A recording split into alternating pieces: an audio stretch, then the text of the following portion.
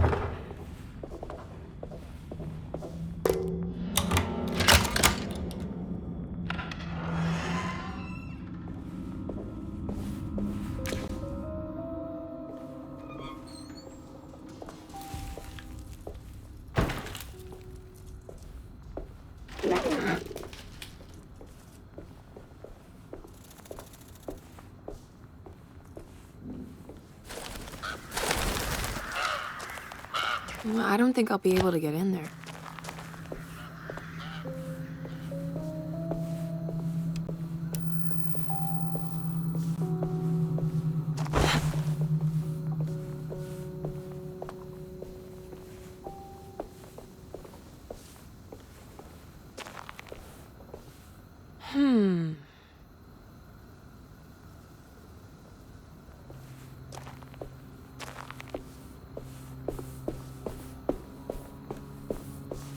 Hello everyone, I'm Frederic Reynal, the creator of the first Alone in the Dark in 1992, and I'm so delighted to see again Derceto, and especially in this new state.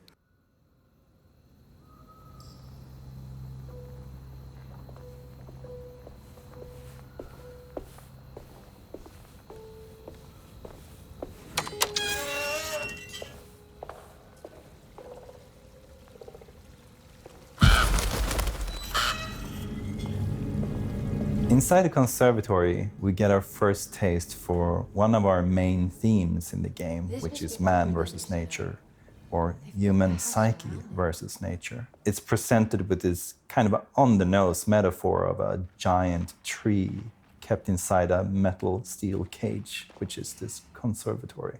You will find more of this theme throughout the game, but nowhere is it ever as on the nose as it is here.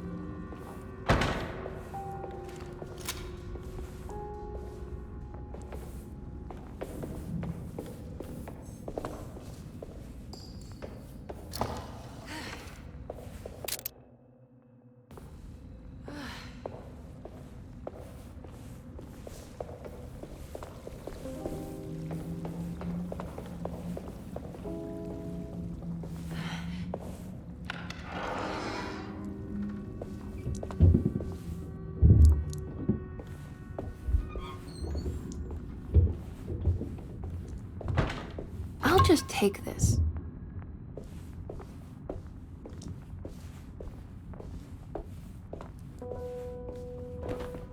So now we're properly inside Derceto. And since this is the start of the game, we don't have our character set up yet properly. So we don't have anything good or bad. We don't have any suspicion on anyone.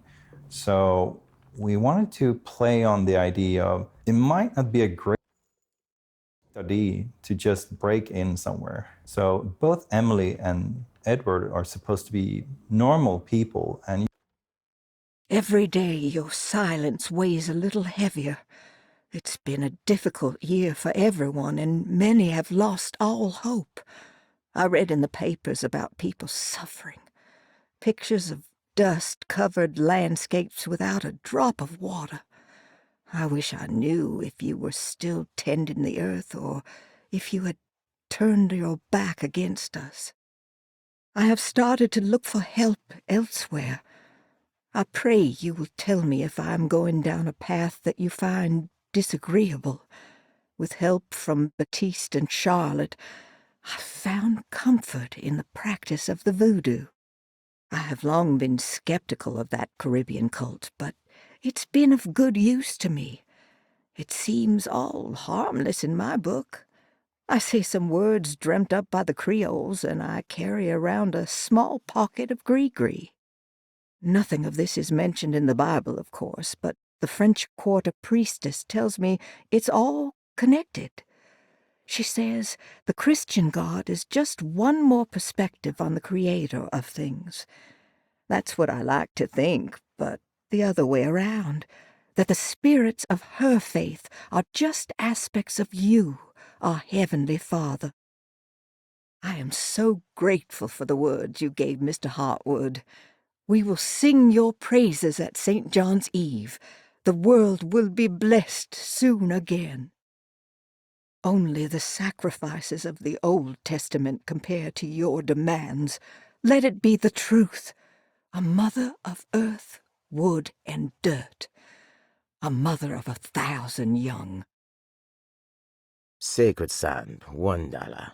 Black cat oil, $1.50. Devil shoestrings, a quarter. That makes $2.75, madame. What was that you were telling the doctor? A goat without horns. What does that mean? Ah, you must have misheard me, madame. I said no such thing. Please, I know I don't look like any of you, but I'm devout. I'm ready to do what it takes. Do not be so eager to sacrifice the few things you have left, madame. Now please, leave my store. A goat without horns.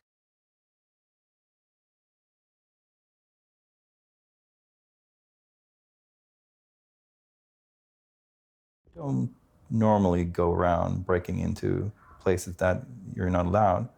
So here we try to keep a little bit of that tension and maybe keep the normality while exploring the start of Derceto. So in Mag's room, we find her family Bible where she's made a few notes.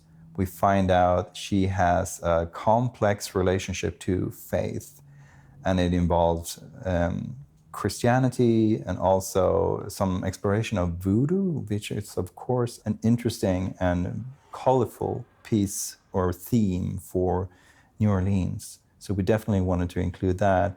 Here we find her searching for meaning, but also a way out. She, of course, is working from the background of living through the Depression and the Dust Bowl in the United States.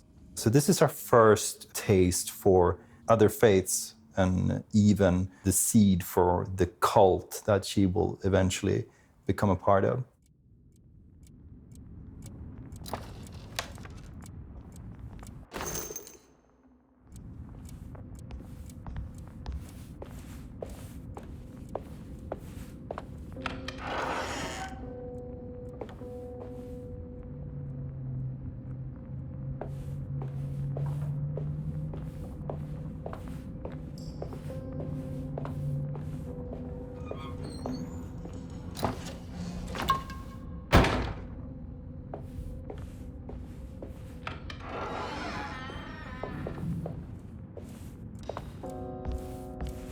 When the player first arrive at the Derceto, it's late sunset and the sun is setting. We chose this time of day because we wanted to use thick God rays through almost each window to emphasize the atmosphere, and also what we were after was to really convey the warmth and the sweaty atmosphere from the deep southern.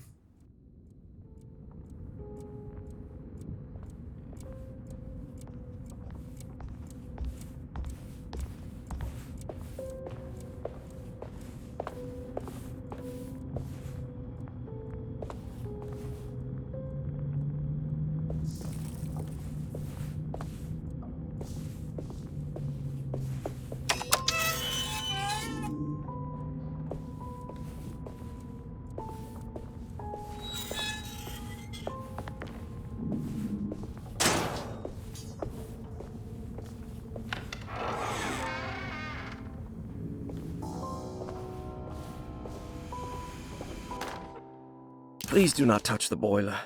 It is working after all. While the sabotage has caused a leak, only the decorative plate has been completely ruined. Let's wait for Mr. Chance to turn up and he can take a look at the leak. Mr. Waits.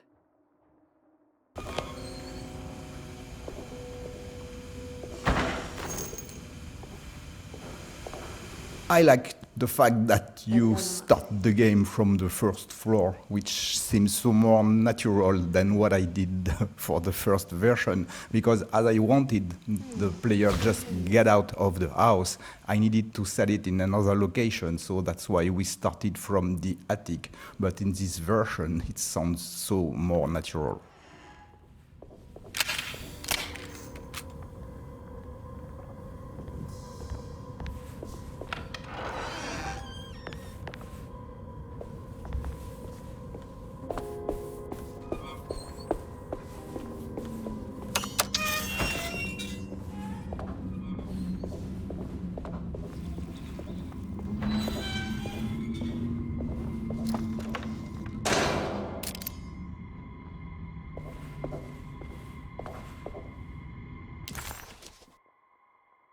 Surprise.